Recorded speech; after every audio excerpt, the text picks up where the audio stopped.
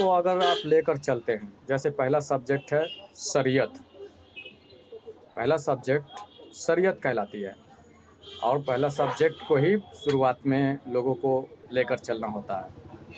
تو شریعت اگر آپ پہلا سبجیکٹ آپ چن رہے ہیں تو کلی طور سے آپ کو اس پر پوری ایمان، پوری نشٹھا سے، اور جو ارکان اسلام ہے، جو قانون بنایا گیا ہے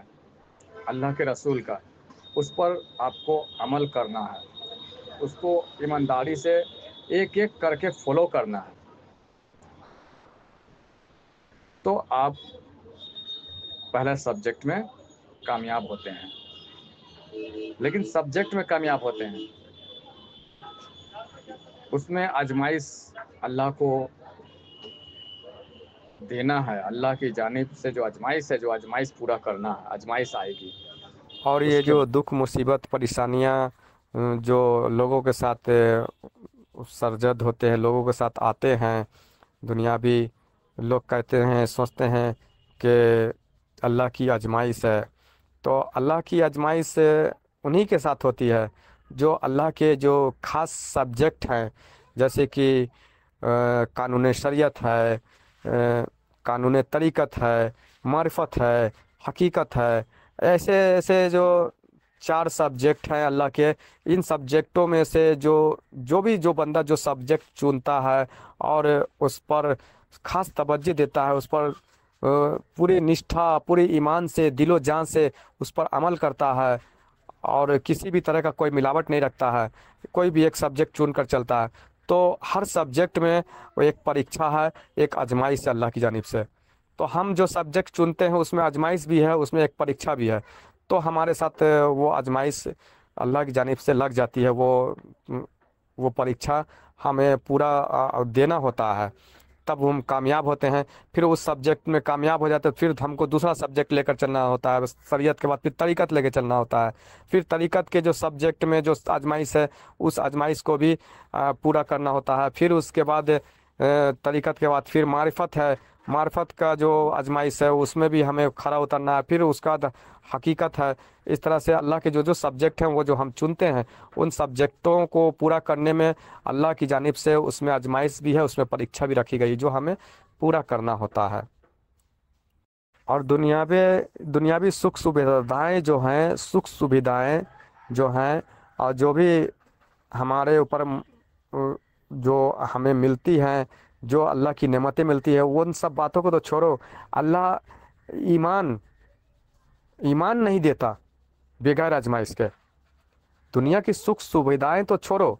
اللہ ہمیں بغیر آزمائش کے اللہ ہمیں ایمان نہیں دیتا، ہمیں اللہ مومن نہیں بنا سکتا بغیر آزمائش کے۔ تو لہٰذا مومن نہیں ہم بن سکتے، مومن بننے کے لیے بھی آزمائش ہے، ایمان والا بننے کے لیے بھی آزمائش ہے۔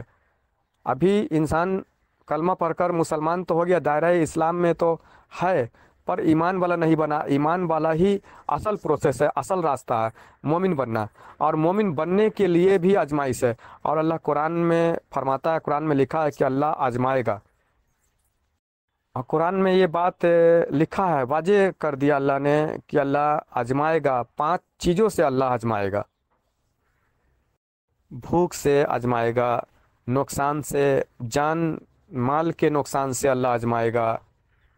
اور پچھلے دور میں کیا تھا؟ یہی تھا نا کہ جان و مال، اور کیا تھا؟ یا تو آپ بکریاں چراتے تھے، یا تو اونٹ پالتے تھے،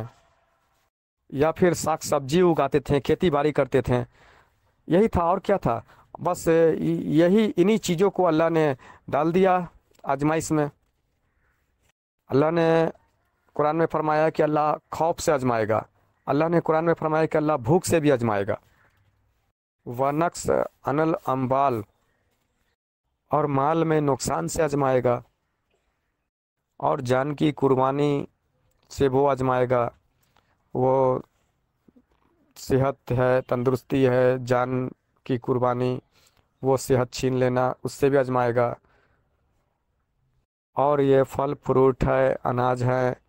یہ سب تباہ ہو جائے گی، فصل بگاڑ دے گا، اس سے بھی آزمائے گا۔ یہ سب آزمائش ہے اللہ کی رکھی ہوئی جو اللہ آزمائے گا۔ لیکن آگے پھر اللہ نے یہ بھی لکھا ہے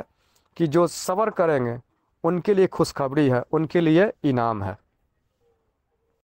اب صبر یہ نہیں ہے کہ اگر کچھ نقصان ہو گیا تو آپ شور و گل مچائیں، ایک ہنگامہ کھڑا کر دیں، ایک بوال مچائیں۔ صبر یہ ہے کہ خاموش رہیں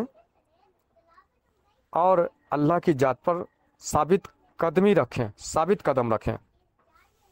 اور اپنے رب پر ایمان رکھیں، اپنے رب پر ایمان برقرار بنائے رکھیں، کیونکہ یہ رب کی طرف سے آزمائش ہے۔ اس کے لیے بوال کھڑا نہ کریں، بابیلا نہ کریں، اور ہر جگہ جگہ پہ ناشکری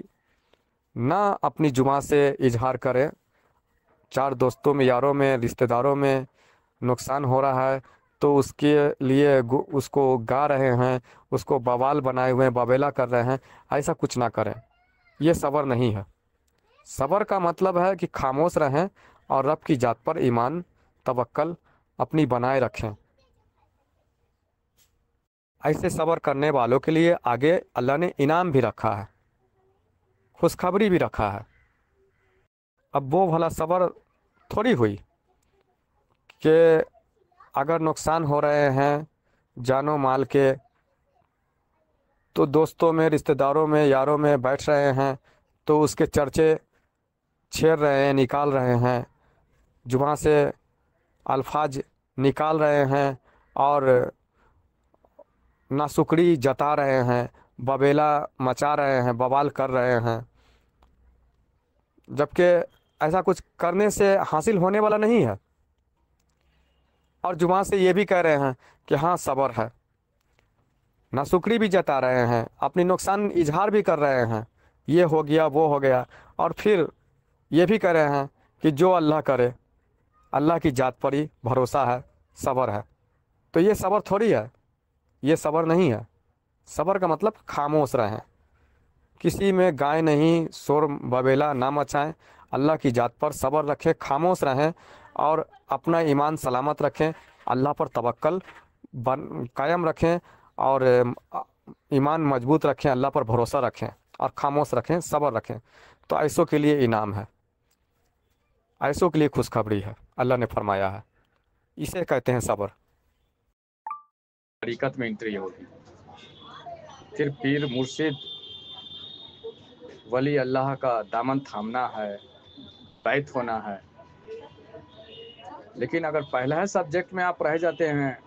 آپ طریقت نہیں چنتے ہیں، دوسرا سبجیکٹ آپ نہیں چنتے ہیں،